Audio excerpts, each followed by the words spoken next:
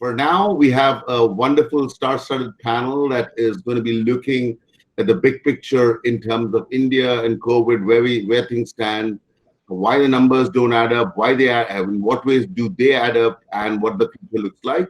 I will hand over to Saleema, Dr. Saleema Razvi, who is our series moderator. Dr. Razvi is an economist who specializes on health systems and health intervention and has kindly consented to being the moderator for the series. Over to Dr. Saleema Razvi. Thanks, Biju, and welcome everyone to the second discussion of our three-part series on COVID-19 in India. As Biju said, a couple of weeks back, we were discussing the success of Kerala's response to the virus in containing the infection and also flattening the curve. Today, we are discussing the data and numbers around COVID-19 in India, what they tell us and what exactly we can learn and understand from them. The figures around mortality, morbidity, case fatality, recoveries, testing, etc. It's been more than 3.5 months now since the first case was reported in India. Since then, there have been studies, analysis, and all kinds of epidemiological modeling to suggest that India was going to explode with infections and deaths, much like Europe and the US. And given the fact that we are a country with 1.3 billion people, the impact was supposed, projected to be enormous. But what's interesting is that didn't really happen. At last count today, we have about 86,000 cases and about 2,700 deaths. Globally, we're at the 11th position in the number of cases. We just moved, crossed over China yesterday, taken over China yesterday.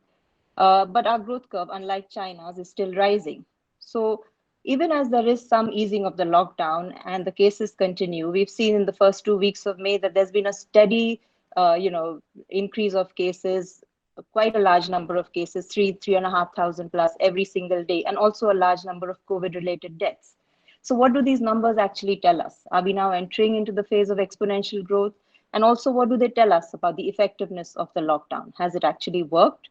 Would the numbers have been far worse without the lockdown? Then again, there's the entire debate around testing. The numbers of positive cases in India are extremely low and underreported because the testing is extremely low. Comparing, we have about 1,600 tests to a million population. When you look at other countries, they are all above 25,000 plus tests per million population. So India is really lagging behind on testing. So the question is, how do we correctly interpret the spread of the infection if we don't even know what the burden of the disease is out there? ICMR has also said that about 80% of the patients are asymptomatic. That makes it even more difficult to gauge the morbidity of the virus.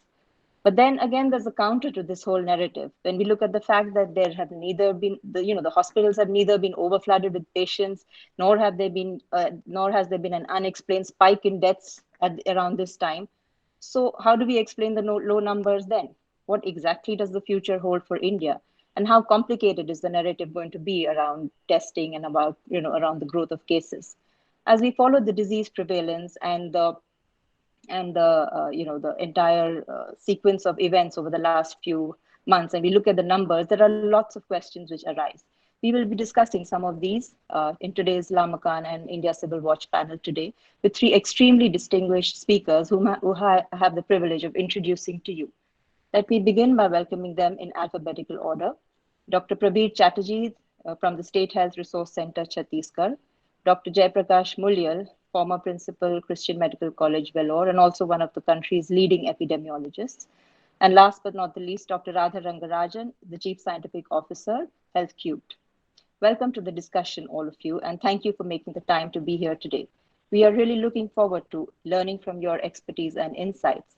I will be asking each of you a few questions, and then you will have around 12 to 15 minutes to comment on that, after which I will throw open the discussion for audience questions. And I'd also like to request the audience to please type in your questions in the chat window from where I can pick them up. Let me begin with you, Professor Mulyal. Firstly, even though the numbers are rising, do you think we have managed to flatten the growth curve in India to some extent? Like I mentioned earlier, there is this entire puzzling absence of patients in hospitals and COVID-related deaths. Would the numbers of both the infections and deaths have been greater if the lockdown hadn't happened? Also, I'd like your thoughts on why there is this variation in death rates across the country. Why are Gujarat, Madhya Pradesh, Maharashtra, and even West Bengal, even though it was a late entrant, seeing such huge mortality as compared to the other states in the country? Also, the infections. Why you would assume that UP and Bihar would explode with infections too, but again, the cases there are far lesser than even say Gujarat or Delhi. Um, you have mentioned on other forums, Dr. Mulyal, that the lockdown is not a very effective measure, and we should probably be looking at herd immunity as a means of managing this entire pandemic. Given that, at what number do you think that herd immunity would be effective in India, and how would we be able to achieve it, and at what cost? I mean, in terms of the number of deaths, how many would you think we would need to see to be able to achieve herd immunity?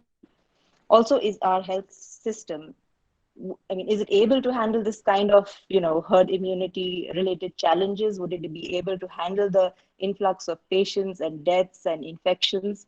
What do you think would be the priority going forward? Dr. Mulyal, please. Thank you. COVID-19 is a viral infection, and we have several viral infections already existing. And there are patterns they follow. The first question you have to ask, is it any different from other viral infection? What it does is, it enters your body and the body fights. And most of the time, the body wins, producing a lasting immunity. But in some cases, it doesn't work well enough, and the person becomes quite sick and dies. That is the long and short of the story. So why is this particular one creating so much anxiety? Now, Saleema asked me certain questions about the mortality, testing rate, and positivity rate, and I'm happy to announce I have no clue what those things mean, because all these things are collected haphazardly and hence does not tell us really anything. But it did not. The only information I'm interested in is, has the virus entered the country and established itself? If the answer is yes, then we know exactly how the drama is going to evolve. Take, for example, the state you discussed last time, Kerala. They seems to have managed to contain it. Now, the problem comes up. How do they maintain it when the entire remaining country has got a large number of cases? That is going to be an interesting issue. But the fact remains, major metropolitan cities like Mumbai, Chennai, Hyderabad, all are having large number of cases. And that is the truth. And it is not unexpected because there is community transmission. A word that people are hesitating to enunciate. God knows why. It seems like it will be admitting defeat. There is no need to do that. It's a natural phenomenon that follows the disease. It's not a fault of anybody. That's the way we should accept it. The interesting thing is, given that there is community transmission, how do we respond? We have decided we have only one medicine, administrative medicine, to respond, apparently, lockdown. And that is the hard part. The medicine has got more complication than the disease itself. And it will come apparent soon. So the truth is that this disease, in everybody's hand, there is a capacity to block it. And those things are known. Keep away from the other guy. Wear a mask. Practice hygiene. You see, that is the remedy for reason. That is the way to slow it down. However, before going to why we should slow it down, let me repeat what it was said, that there is going to be an exponential rise. That is one of the characteristics of the disease. And what that happens is, even though the death rate primarily is not huge, but everybody falls sick simultaneously, there will be a huge number of demand on the hospital. And the scene will be not at all comfortable. It will not be socially acceptable. And the way to slow it down is in the hand of each citizen of the country, how to practice it. But when your government takes a responsibility, we will control it with lockdown. Then everybody else relaxes. Okay, the lockdown will never take care of it. And we know it is not taking care of it because many cities are facing a large number of cases. Now let me answer the question, because we need to know this particular answer to plan our maneuvers. The first question is, how long does it take to stop? Will the whole country have to become infected? Fortunately, no. Any disease which creates an immunity in individuals infected, viral infection, if it is propagated from person to person, there is an automatic solution built into the system. It is not a strategy, it's a reality. It is not a plan. It is something that will happen, whether you like it or not. Only thing is, you need to be sure it will happen so that you can plan accordingly.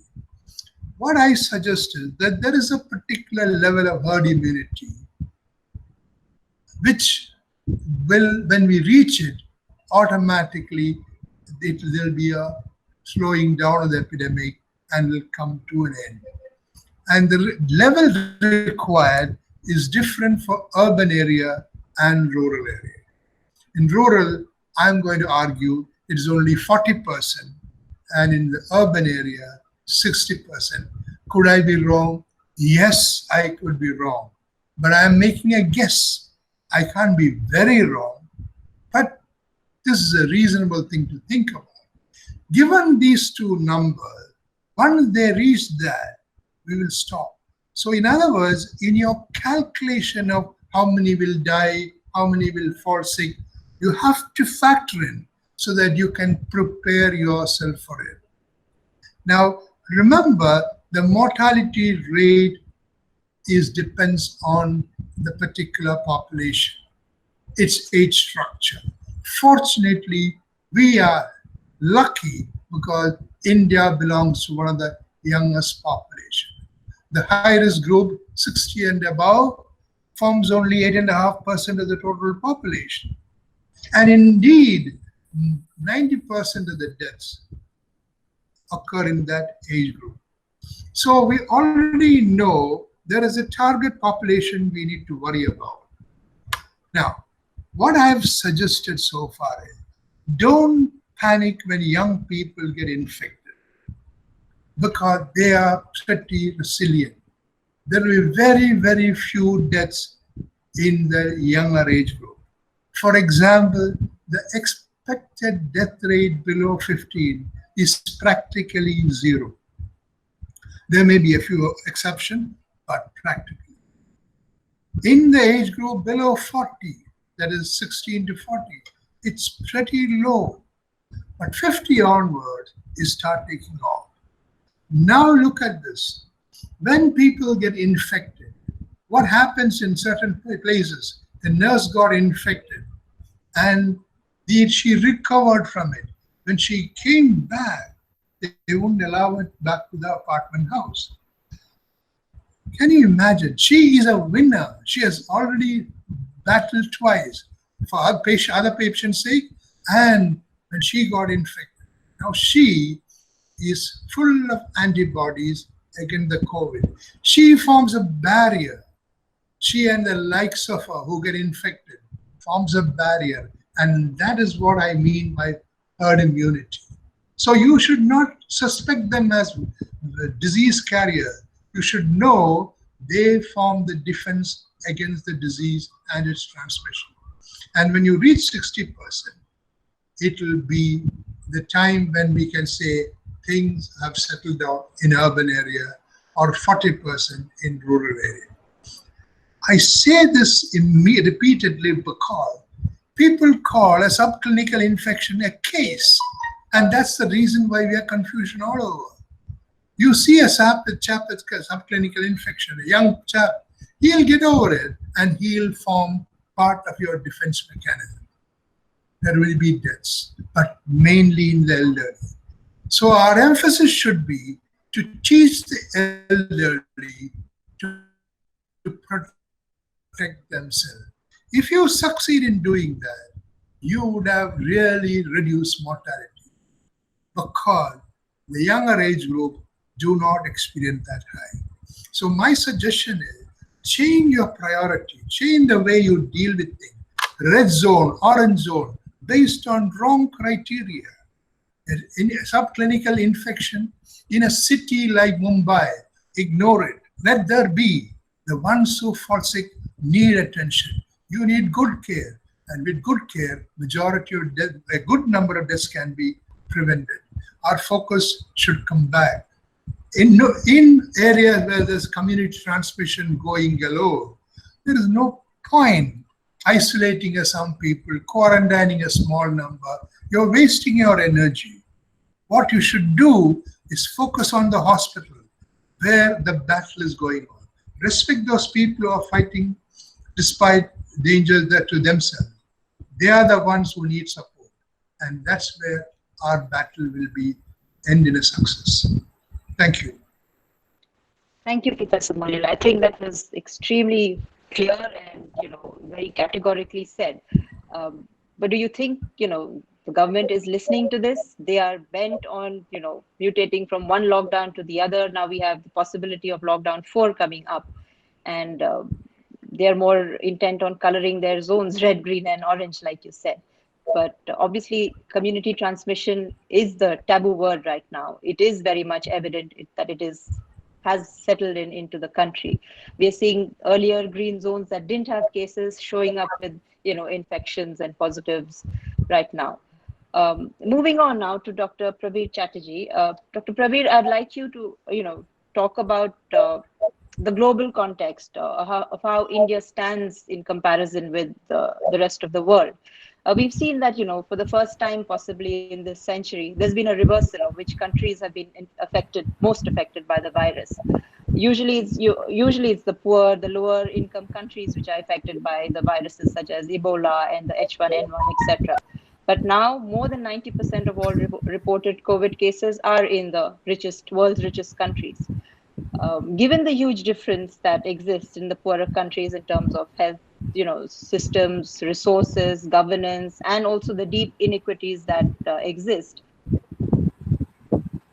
do you think that when the infection really hits the poorer countries hard, it's going to be far more lethal than what it has been in the richer countries?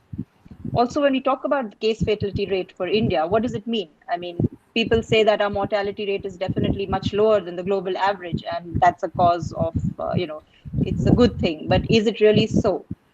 Because in a pandemic, does it have any significance where, the numerator and the denominator keeps changing so rapidly, and, from one day to the next, it could be an entirely different situation? Yes. Is it possible for me to use the presentation, by the way? Can I try using that presentation, or should I just look at it? Absolutely. I'll try. Yeah. Let's see. I think I can get it. Okay, let me see that. Right, are you all able to see this? A thing saying why are there differences?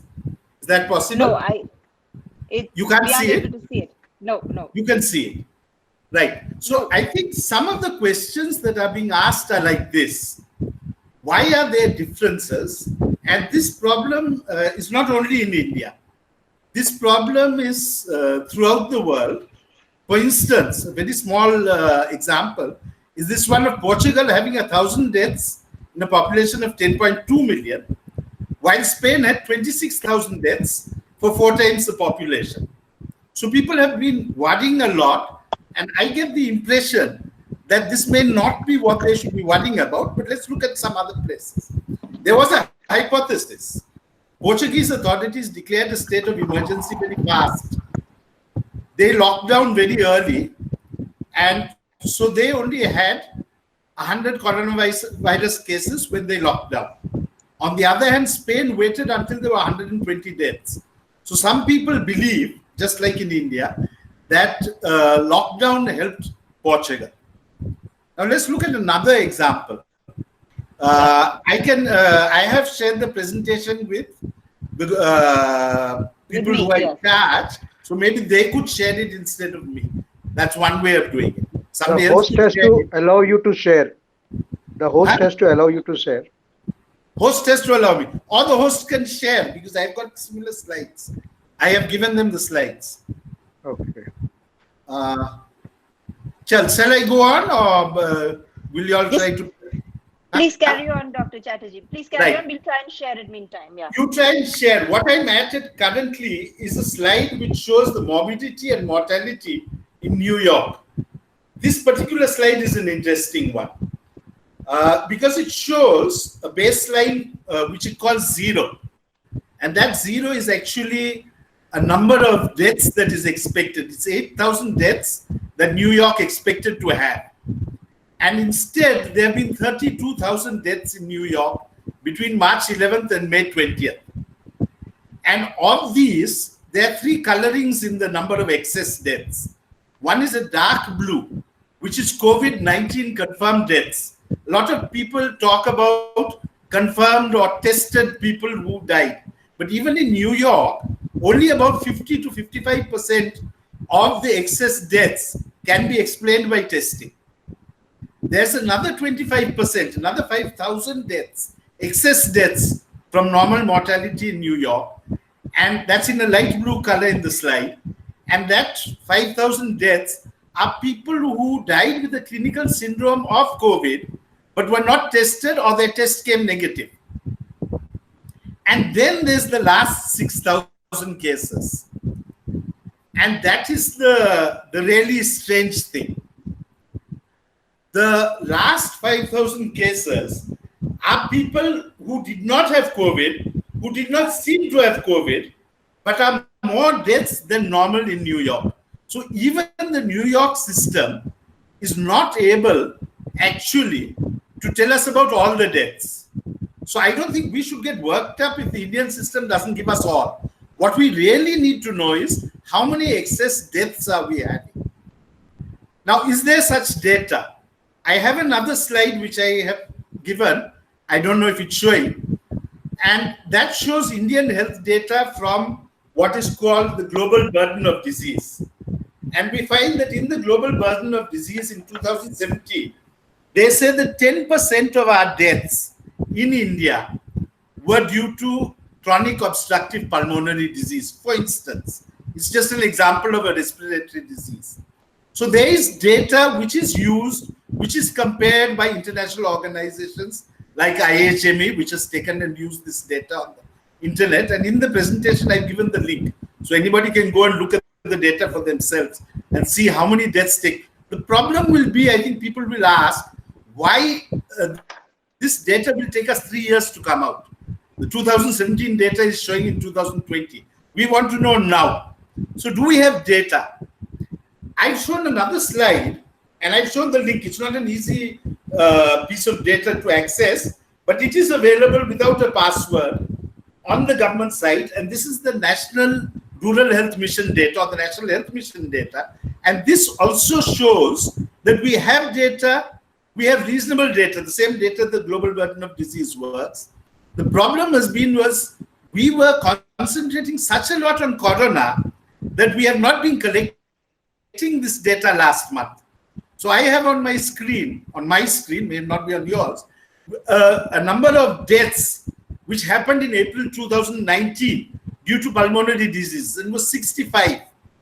On the other hand, in the same state of Chhattisgarh, the number of deaths that was shown in April 2020 is only 1. Why did it drop? And that is also obvious from the data set. There were 8,400 odd units that reported in April 2019. And because the government data people are now so bothered about corona, only 680 people, 680 institutions in Chhattisgarh have reported this month. So we missed a lot of our regular death reporting. And this is going to make it difficult. New York has not done that, realize. New York has continued to look at their regular deaths. We also have some other data, and that's the state hospital data in Chhattisgarh, very openly available on the net. And I find that last year in 2019 March, there were 377 deaths that took place in hospitals, district hospitals in Chhattisgarh. In 2020 February, we had 394. So there was, if anything, a small increase. On the other hand, in 2020 March, this dropped to 227. And this is a big question. Why did the deaths in hospitals drop in 2020 March? This number of deaths has started increasing again in April.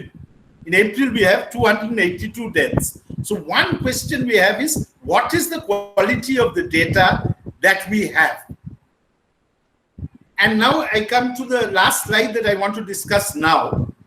And that is, no, it's not the last, it's the second last slide I want to discuss now. And that is that we have been collecting a little bit of data because of Corona in Chhattisgarh. And somebody has supplied this to me. This is not openly available. And we discovered that the nutrition wards show 90% less attendance. The reason they show 90% less attendance is very simple. It's because we don't want our children to go into hospitals at this critical time. The second thing that has dropped is the OPD between February and April. This has fallen 60%. Again, we don't want people, old people who want their hypertension medicines to go to the outpatient department. So this we can understand. The third thing that has decreased is inpatients. Inpatients in the district hospitals has dropped 45%. Here again, we'll say that there may be some ordinary operations like hernias that don't need to be done. Now I get to the worrying part. Hospital deliveries in the state dropped 33%. 33%, do you think that this 33%, which we're now delivering at home, are safe? Are we going to have deaths because women are not delivering in hospitals? This is not a direct effect of COVID. It is very much like the unexpected deaths, the white patch in the New York thing. The number of cesareans in hospitals in Chhattisgarh has fallen 28% in the last 2 months. Now you cannot say, you can say that normal deliveries can take place at home, but cesarean sections were necessary and they stopped taking place. These are mothers that may die. So this is what's worrying me. What's worrying me is not the number of corona deaths, but the number of associated deaths, which may be very large. And the last one I want to discuss, and then I'll come back and you all can ask questions, is that there have been 530 lockdown-associated deaths. There is somebody who's been collecting this data just from newspaper reports. And you know about the 5 migrant workers and 15 injured in Narsingpur. You know about the 16 migrant workers who died under the railway. You know about the 54 migrant workers that died in on their way to Uttar Pradesh when the truck turned over.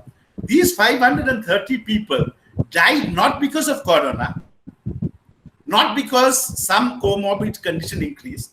They died because of lockdown. And this is 20% of all the deaths that we have recorded so far. We say that we've got 2,000 or 2,500 deaths due to corona, but we also have 530 lockdown-associated deaths. And this is what I want to leave you with. We should be worrying a lot about regular reporting of death data. And we should also be worrying about regular reporting from hospitals. I think that's a very risky thing, that we are not allowing people to come to hospitals. And the last one is that we're having a lot of deaths due to lockdown. I think I rest my case on that.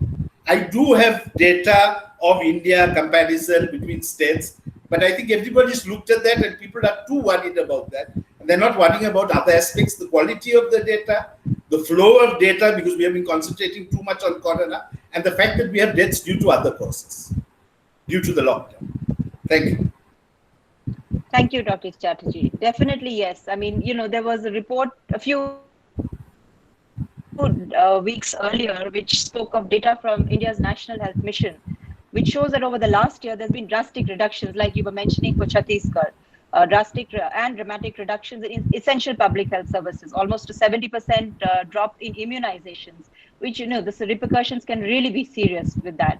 A 20% decrease in institutional deliveries, like you said, and also, almost a 50% reduction in clinic attendance for cardiac diseases. So you're right, the number of deaths, associated with these non-COVID related issues can be huge and really need a matter of concern for us. Could I just ask you quickly for the benefit of the audience, could you just explain what flattening of the curve means, Dr. Chatterjee? Flattening of the curve is what JP was explaining. We know how many people will get corona in the long run, and that number is the same.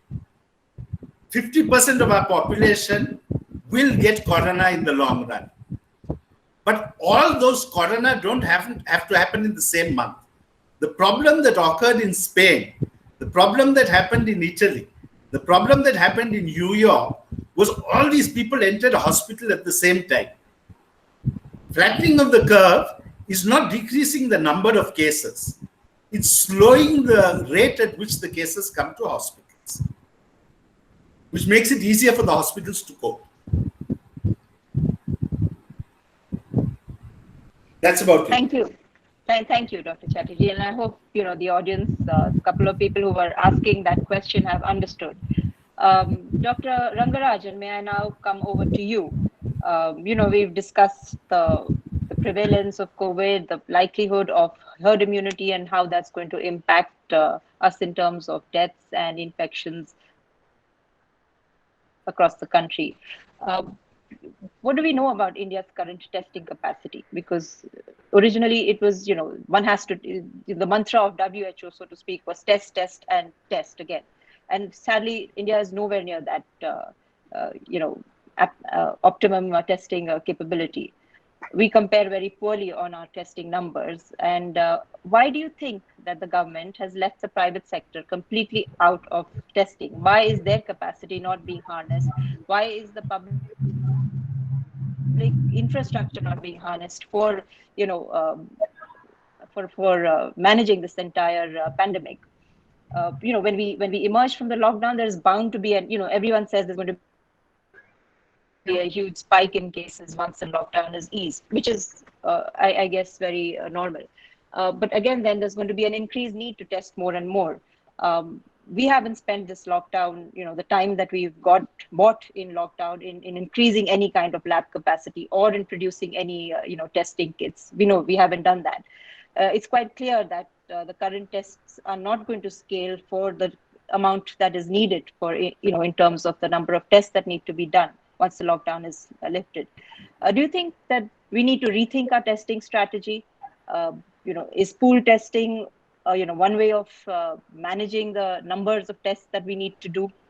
Also, I know this is out of nowhere, but how soon do you think a vaccine would be available? Globally, yes, at some point, but then how much longer would it take to reach India? Thank you, Dr. Saleema. It's a real pleasure to join this this panel discussion with such distinguished guests. I'm not an epidemiologist. I'll speak as a scientist and as a researcher. I have worked in the field of infectious diseases and have spent many years doing research on developing new drugs to treat infections. But more recently, my work has moved in the public health space to try and deliver low-cost diagnostics where laboratories do not exist. The whole COVID-19 pandemic has been a real nightmare for tier 2, tier 3 cities and rural areas where facilities and access are both huge limitations. As all of you have mentioned, we are looking at a pandemic that has now globally caused 4 million cases. And just so everybody's on the same page, the disease is called COVID-19, and the virus that causes it is called SARS-CoV-2, severe acute respiratory syndrome coronavirus 2. And it's called SARS-CoV-2 because it has it's closely related to SARS-CoV, which was the virus that caused the 2003 epidemic of, which we call then SARS.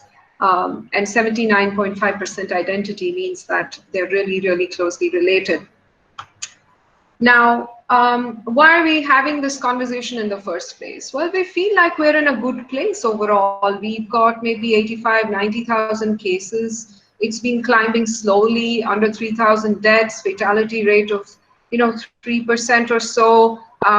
Numbers continue to rise though, and that gives us some cause for worry and apprehension. But other measures, for example, doubling times, they have not been. They've dropped and slowed down. They've gone up and down a bit, but again, they're not galloping. Let's put it that way. And if you just do a quick comparison, the first person who tested positive for COVID-19 in the United States was on January 21st, and in India it was January 30th. Not that different. However, 3 months later, the US is at 1.4 million and India is touching 90,000. So there's something going on here about the numbers that we don't fully understand. So we can be cautiously optimistic and say that early lockdowns have been helpful, but equally we could say that social distancing in India means nothing. And so what are we really talking about? We could say that we're in the early part of the epidemic curve, and the peak will really be in July, August. And according to several epidemiologists, that's actually what's going to happen. And the numbers that we're seeing right now are exactly as predicted. And what we'll see in July, August is, very high numbers of people who are infected, and about 1 million or so people who will develop very severe disease. Equally, we could say that we're not seeing big numbers because we're not testing enough. So how can you really decide this, or can you? Are there other factors that we're missing, that we're not taking into account, and should we be paying attention to them? These could work in our favor. BCG vaccination. Do we have some special immunity?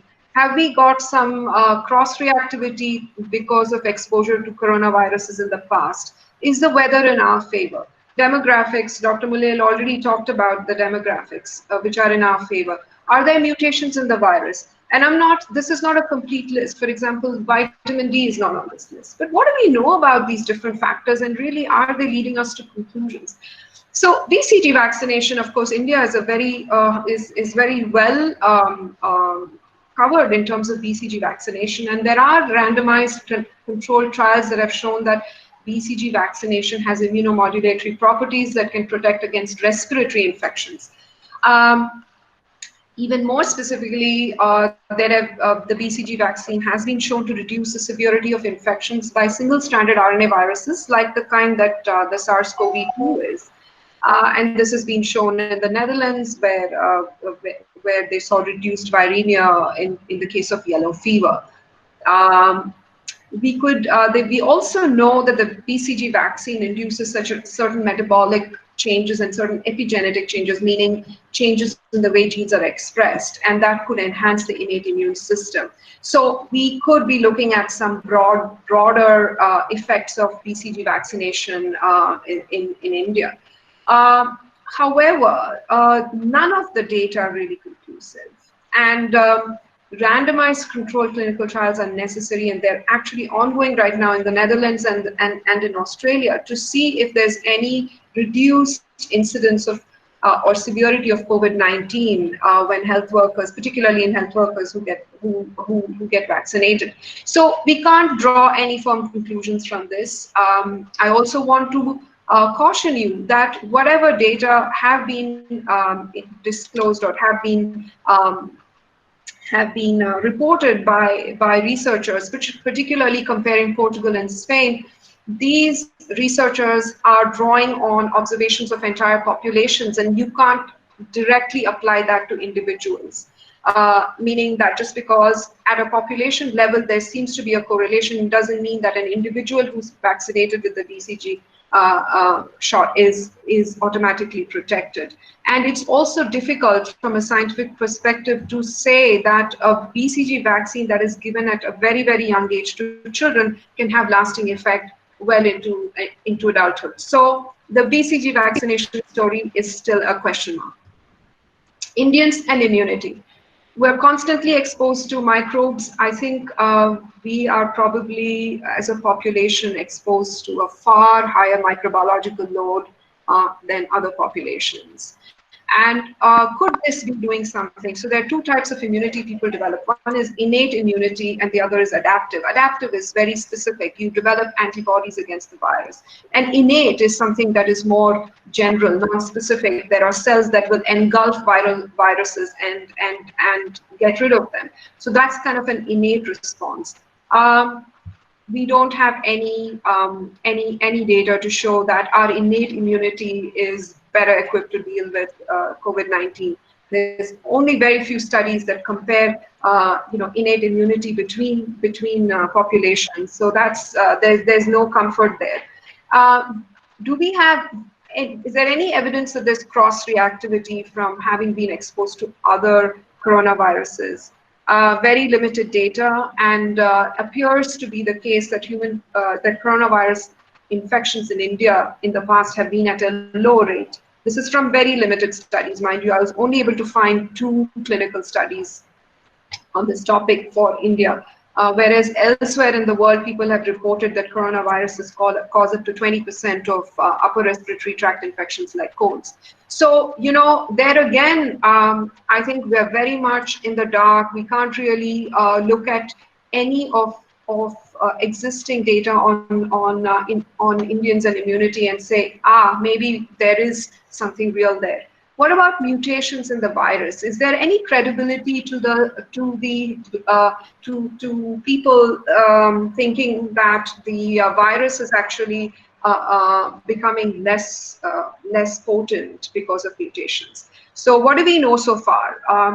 The CSIR labs have deposited 53 genomes, and only 2 genomes have been analyzed in detail and data published.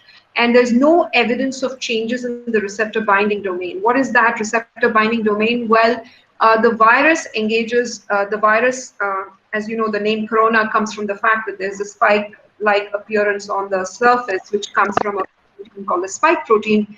And it binds to something called a protein called ACE2 on human epithelial cells of the respiratory tract.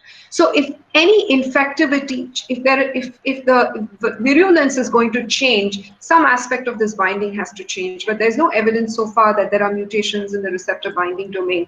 Again, this is not a done deal. The coronaviruses are known to mutate, so this could change. And so we have to constantly monitor, and CCMB is very closely involved in this process. So it could be, it could happen, it may not happen, and these are evolutionary forces. So there again, the jury's still out on the mutations in the SARS-CoV-2. There's no evidence right now that it's working in our favor. Whether there were early reports that high humidity and high temperature particularly was a deterrent for transmission. Since then, there's been so much conflicting data that, again, this is not a credible factor to consider. So then finally, let's look at what the numbers are for us. Low levels of testing, could this be leading to a bias? And therefore, we're seeing low numbers. So I looked up numbers today, and it says that we're testing about 1,540 people per million, which is much higher than what we were reporting in late March. But again, it's nowhere compared to other countries which are really testing at order of magnitude higher levels. Germany, for example, is doing 350,000 people per week. So this is really a drop in the ocean. So it very well could be that we are testing at a low level and therefore reporting low numbers and therefore no cause for real comfort. And of course, like I said to you, we are already in the epidemic curve. So it could be that we're looking at a snapshot in time, which is the wrong one.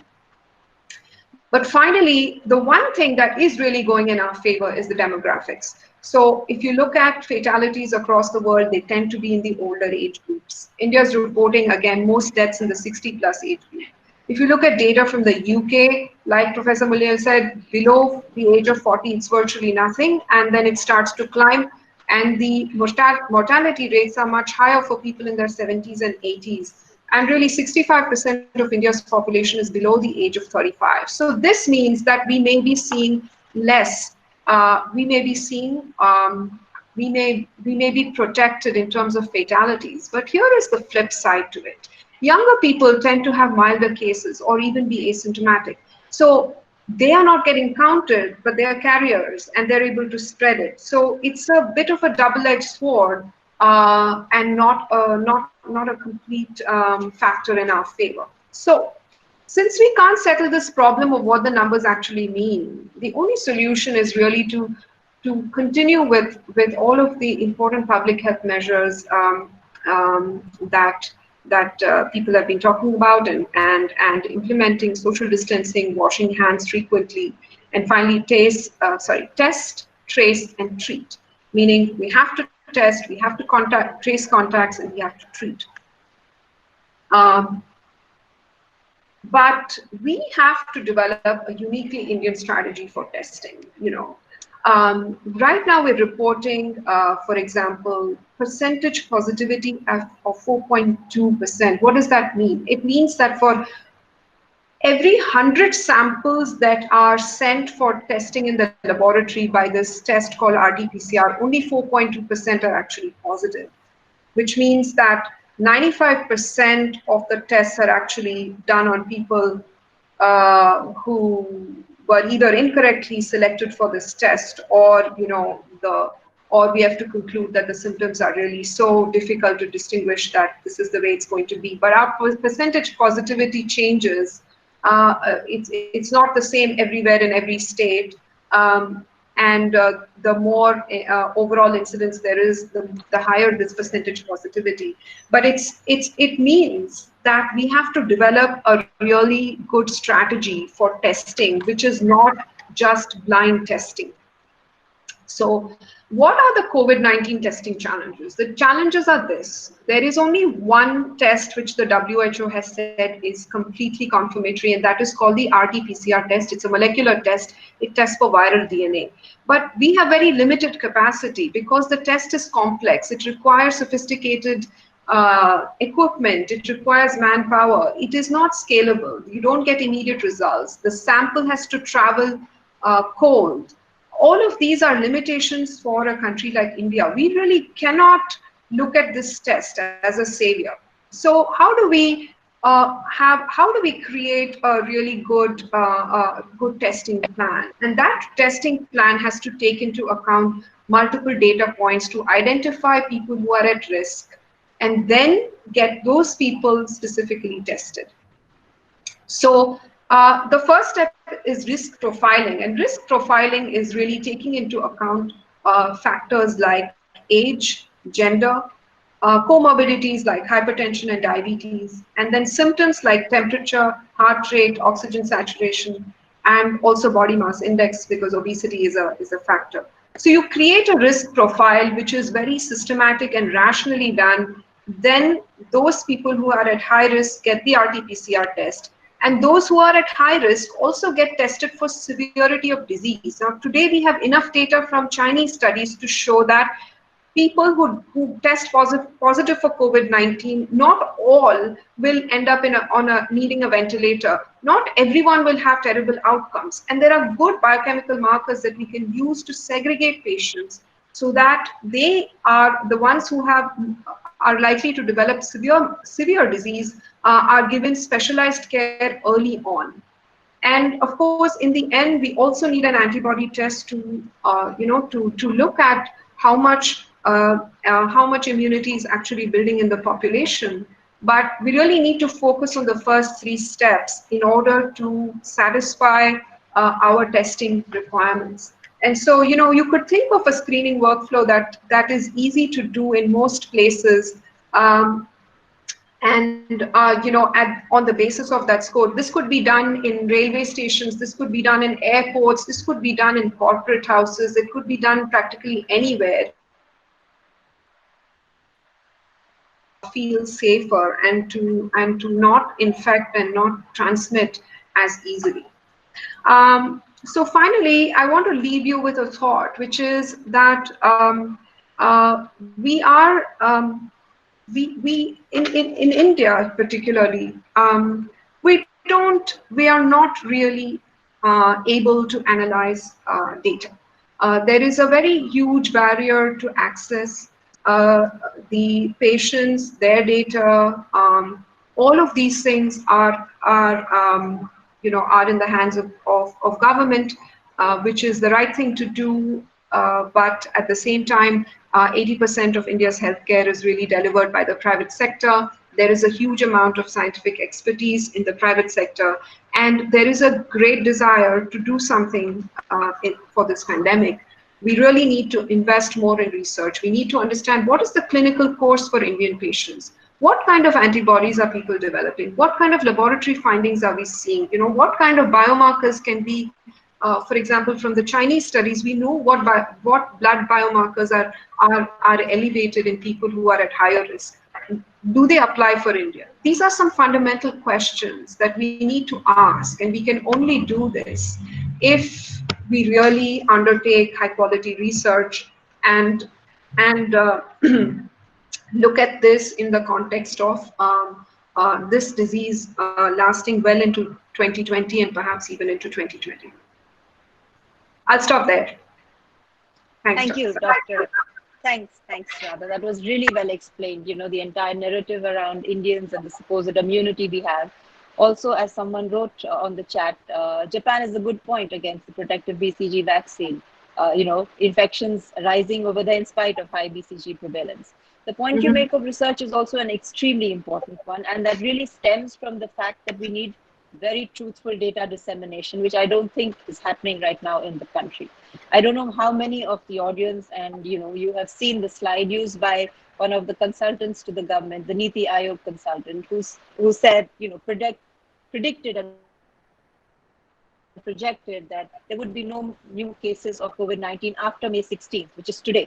So tomorrow we should wake up to a wonderful world where there's not a single new case of COVID-19. That would be the day. COVID-19, of course, is a public health issue, but it is also severe, social welfare repercussions. We are speaking about the COVID-19 infection right now, but what about reinfections, Dr. Rangarajan? I mean, is there any protocol to track them, to treat them? Do we have anything in place at all for that? So we don't really understand right now very much about immunity to this virus. So what we do know is that in a majority of patients who test positive for SARS-CoV-2, antibodies are measurable. So these are small studies, but they are still relevant. So assuming that a majority of people develop antibodies, and I can come back to those who don't develop antibodies, and you must be wondering, well, how do they get better? Well, they do get better because some of them mount a strong innate immune response. So the antibodies are present, and we know that they continue to be present 20, 30, 40 days, but we don't really know how long the antibodies last. So we don't really know at this point whether even the presence of those antibodies is sufficient to prevent a reinfection. And the reason for this is that these antibodies, so when antibodies are generated in the body, they are generated to what's on the surface of the virus. And not all of those antibodies are what we call neutralizing antibodies, meaning that when that antibody binds the virus, it's going to kill it. It's going to stop it in its tracks. Not all antibodies are neutralizing antibodies. This is one of the most important burning questions we need to answer. And we can't do that unless we have access to human anti-sera from recovered or convalescent patients. So the answer to your question, is there any protection to reinfection? Answer is we don't know yet. Thank you. Dr. Mulyal, a question for you. You spoke about herd immunity and how possibly that's the way forward. But herd immunity versus an complete economic standstill from the lockdown, that's a difficult choice to make for the government. How does one go about deciding that? I mean, I understand from your point of view, you very clearly explained it, but, would the administration be listening? Because the number of deaths, as you said, would be a huge loss to bear. There's one thing good about science. Am I audible? Yes, sir. Yes. Science, all hypotheses are scientific when they are falsifiable. So disagreement in science should not be looked down upon. We should encourage it. And the question of whether this particular virus produces an competent antibody is the most important question, bothers everybody. And I took the liberty of telling you it does. Okay? And it should be proven otherwise. Now, let me put this in one sentence because I am in a little bit of a time problem. If you don't agree that this is an immunogenic virus, later on when the vaccine comes around, I look at it very suspiciously. The rule, Saleema, you have to follow is, by and large, the viral infection caused immunity is much more competent than the vaccine immunity. So if the virus itself can't produce immunity, you need extra scientific technology to make it happen. So for the moment, instead of thinking that it is not going to be there, now my problem is this. Vaccine, those who support vaccine, I am also one of them. I want a vaccine. In future, we'll need. But that is not the reason why a country should be kept at low level infection with lockdown so that there will be sufficient market for the vaccine. We have to worry about that. I believe that those people who get the disease and come out are immunocompetent now. Until proven otherwise, I am going to believe in it. The vaccine companies will get sufficient people in future to vaccinate them. There won't be a loss of market. India will be a large market even after the epidemic is over. So for that reason, apparently there is an effort to tell you, no, this is unlikely to be a competent immunogenic virus. And I know for some reason, the new tests that are emerging, personally and at the level, that we are in safe hands. Having an immunological incompetence can be quite upsetting, quite difficult. India cannot afford it. So I will support it, but when I am proven wrong, I will be first one to say, I'm sorry, I made a mistake. But will you, at the end of it, permit me to leave? Because I told you already I was a little tight of time. Please forgive me. It's my fault, not your fault. Sorry. Can I leave? Absolutely, Dr. Mulyal, no problem. Thank you so much for your expertise and insight. Most valuable comments. Thank you very much.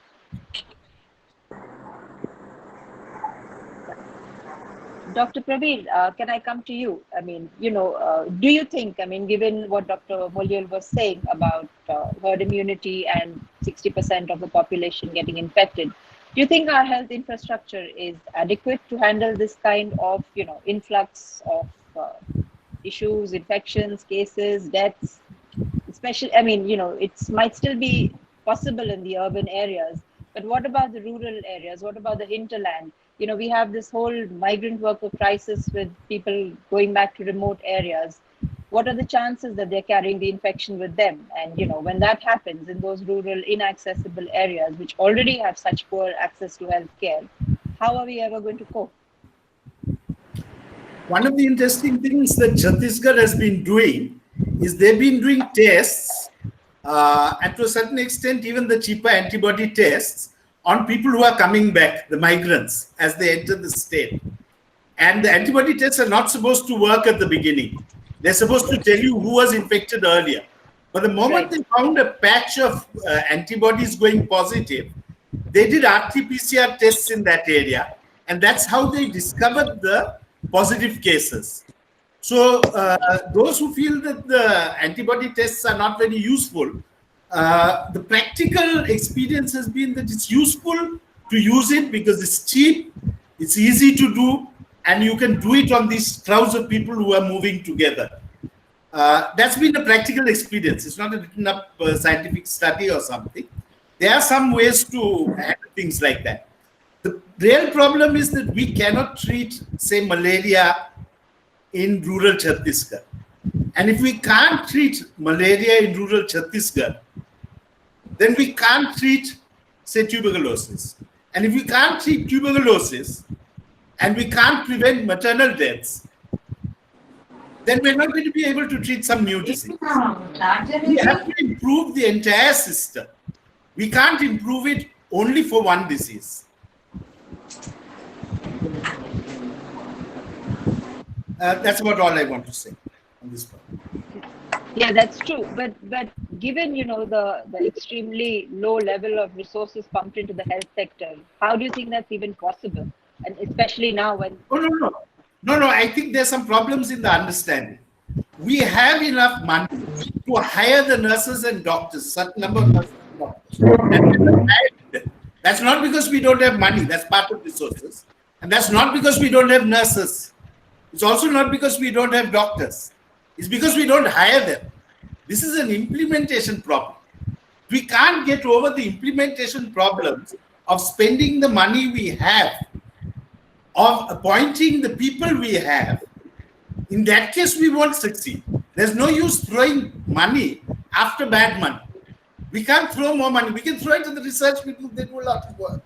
But if you throw money at a rural system without using the money that's already in the rural system, if you throw staff away and give them to work in the urban hospitals, when there are enough nurses, enough tribal nurses in every district in Chhattisgarh, then the thing's not going to work. We have to make the administration function much more efficiently than it's currently functioning.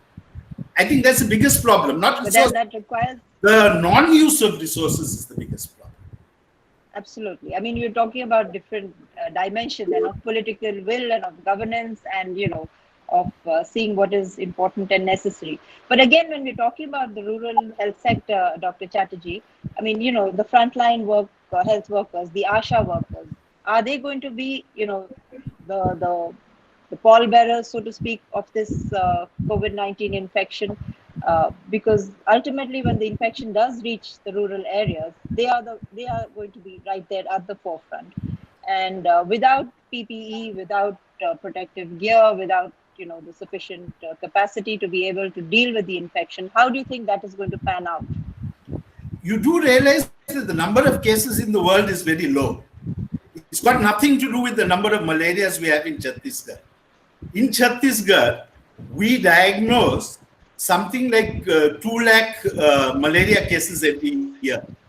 And the Mithanians handle that, what you all call ASHAs in other states. The number of cases, if all the 2 lakh deaths that occur only in Chhattisgarh, there'll only be as many cases of coronavirus or COVID as there are malaria cases. So the numbers are not very large when you come down to the grassroots. We've got huge numbers of workers. And the number of deaths that will occur also don't seem to be extremely large. What will have to be done is to make sure that each person has the capability to do what they can. Obviously, a Mithanian or an ASHA cannot treat a patient who is very sick. But they can tell people when to go to a hospital. then you have to give them the vehicle, their vehicles appointed, and you have to make sure the vehicle reaches. What the lockdown has done is block the vehicles, the 102 and 108 vehicles, from reaching the villages. So the methanion cannot send the patient to the thing. You have blocked the autos and the buses. So the patients who used to reach the hospital can no longer reach the hospital. You have to keep the routes of referral open. We don't expect the methanion or the ASHA to treat the patients. We expect the medical colleges to treat the patients. But the patients have to be referred up. True, very true. And also, I mean, I think that builds into Dr. Mulia's, comment that maybe the lockdown needs to be lifted now. One other thing, I mean, we're talking about data, we're talking about numbers. The first thing that comes to mind is the Arogya Setu app. I'd like to hear both you, Dr. Chatterjee, and Dr. Rangarajan, your opinion on the app. In your, how useful is it, and what are the privacy issues around it? Are they a major deterrent? Can they be misused? Saleema, can I just answer a question from the chat on the antibody? Sure. Yeah, I'm just going to show a data slide, if you don't mind. Just please bear with me. Just want to do this. I wanted to bring your attention to what RT-PCR does and what antibody tests do. So in the first 7 days from the onset of symptoms, even RT-PCR tests are not perfect, but I've seen numbers from 70 to 80% accuracy of RT-PCR tests. As the days progress, the viral load tends to drop, so the RT-PCR test becomes less and less accurate. So the best time to use the RT-PCR test is in the first 7 days after onset of symptoms. If you miss this window, it's very difficult to detect the infection. So that's the first thing. So going back to what Mr. Ravi Chatterjee is saying, the issue here is, can you get people to the hospital fast enough? And that's where I think we need a really good system of figuring out who needs to go, who needs to be helped, not flood the hospitals, but take people who really need to be there. And so implement it in that way. If you look at the antibody test, in the first 7 days, you will get very poor accuracy. So if you're going to take an antibody test, what is called rapid diagnostic test, and position it for detection of infection, you will get very poor accuracy. And that's precisely what happened in many of the countries where the RDTs were positioned for detection of infection. It will not work. But as you go from day 8 on and the antibody responses rise, and there are 2 types of antibodies that are usually measured, IgM and IgG, you can see that the accuracy actually goes up pretty high. So you can use these antibody tests to say that, yes, somebody was infected. So let's say you missed the boat of the first 7 days, you can still use the RDT. You can use the RDT to show something that the RT-PCR may not show, which is that antibodies are present. This kind of antibody testing can then become a tool for immunosurveillance. It can become a way of saying, okay, somebody is, somebody has been exposed to the virus, and somebody is therefore, that person has some immunity, although we don't fully understand what that immunity is. So, I wanted to say that we shouldn't throw out antibody tests completely. It's just that they have to be used for the right reasons, namely immunosurveillance rather than detection of infection. So then I want to return to the question that you asked. I'm sorry, Saleema, I lost my train of thought. What was the question that you proposed to us? Yeah, it was on the Arogya Setu app. Arogya Setu app, yeah. Right. So the Arogya Setu app does 2 things actually. First, it allows people to to understand, or it's sort of a risk profiling app in the sense that if when you use the app, it asks you, do you have these symptoms? How are you feeling today? Do you have these conditions? And so on and so forth. So that part of it is really for risk profiling, and also it gives you some recommendation of what you need to do. But for the most part, it's been promoted as an app that allows contact tracing. And that is where it is controversial, because people feel that their privacy is being compromised. Now, I think that it's possible that contact tracing, and I have seen a number of global a number of agencies working on guidelines about how to protect people's privacy, where the data should be stored. For example, should this data be stored in a centralized database, or should it be on the person's phone? And only if a person tests positive does any of that information go into a centralized database. So here it's I don't have a very good answer to this question, because you are weighing private versus public good. And in a pandemic, I think we'll have to weigh in favor of the larger good. But at the same time, I think technology, it is possible to modify or to use technology in a way that doesn't compromise people's privacy. So I don't know more specifically about how Arogya Setu works, but the government says that privacy is protected. I'm not a technologist to comment on that. So, I mean, I know this is a very general question now, and since you're the last person standing, it falls on you. What do you think India should be doing as the lockdown restrictions are eased? I mean, how do we go about lifting the lockdown? And is it going to be business as normal, as usual, or? I mean, obviously, everyone's understood social distancing. There are people who are going to be practicing that irrespective. But that, again, is a very, small slice of the population. For the majority of the population, social distancing doesn't really exist. So what does that mean for them in terms of the lockdown being lifted?